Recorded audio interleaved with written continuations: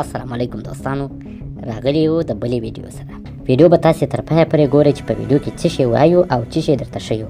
نو هیله مې ده د تیر او تیر په څیر باندې لکه څنګه چې مې په تیرو ویډیوګانو کې ویلي دي له ښکنځلو او غلطو مسیجونو نه به تاسې ډډه کوئ.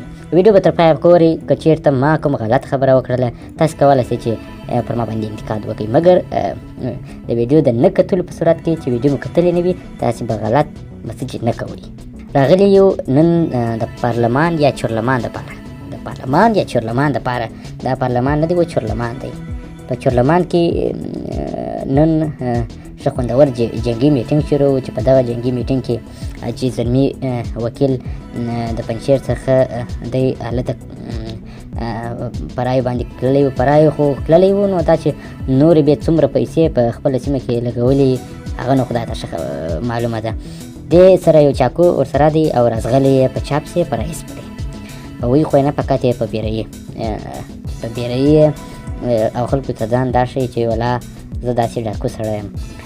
مګر لیدونکو دا به هم تاسو ته وایم چې په چاکو باندې وهل خدای نشي کولی، خو صرف او صرف بس د ځان د ښودلو لپاره چې چاکو مې راخیستی دی په دې دې وهمه. زه حیران دلته یم چې دا چاکو یې پارلمان ته تر دغه چوکۍ پورې څنګه ورسوئ. آیا د دوی څه ورته تلاشي نه کېږي؟ که کېږي نو زه نه پوهېږم چې دا چاکو هغو خپل په خوښه ورپرېښی دی او که داسې کړي دي چې په دا کوناټي کې په بغل کې وړی دی. زه فکر کوم چې کوناټي کې بیا د ځان سره په بغل کې وړی وي.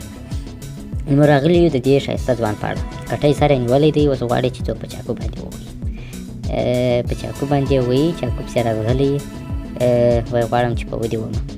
نو اوس به سړی څه وایي؟ او چاکو بېرته د ویډیو په پای کې بیا بېرته مړې سترګې نیولي بېرته بیا راکښته سي.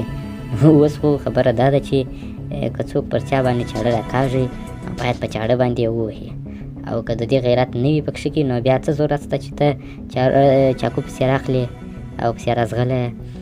نو زه تاسو ته یو پوسټ وایم، زه چې بیا کله د دغسې ځناورې مفکورې درلودونکو مهاجرو په خلاف پښتنو ته سپارښتنه کوم چې خپلې خوږې مورنۍ ژبې او قام ته هر کله لومړیتوب ورکړئ.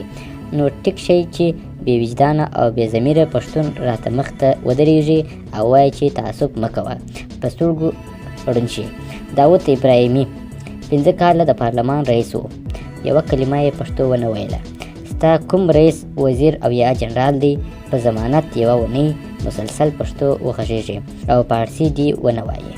ته بیا ګوره چې دغه مهاجر بیا ستا سابه در په مالګه کړي او در وښیي چې تعصب څه ته وایي.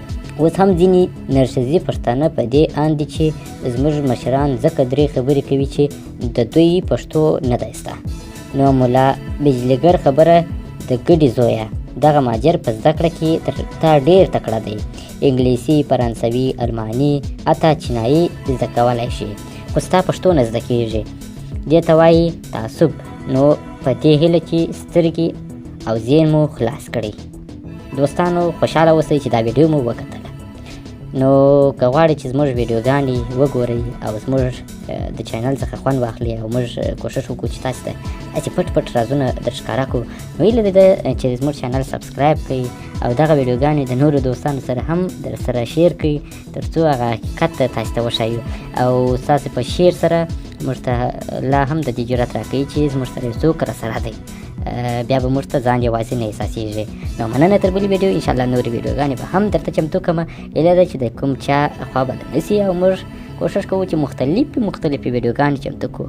خو څنګه چې د چینل محتوا ده چې په دې چینل کې به تاسو ته د مختلفو کسانو رازونه افشا سي، نو هیله مې دا ده چې څوک دې خوا نه بدوي، ځکه چې موږ یو خو په چا پسې څه نه وایو په هېڅ صورت کې، او که مو ویله نو بیا داسې وایو چې هغه څه باید پکښې کوي او بیا پسې وایو، بیا نو خیر دی څوک دې خوا هم نه بدوي، په قط او په قط یې سر ښوروي.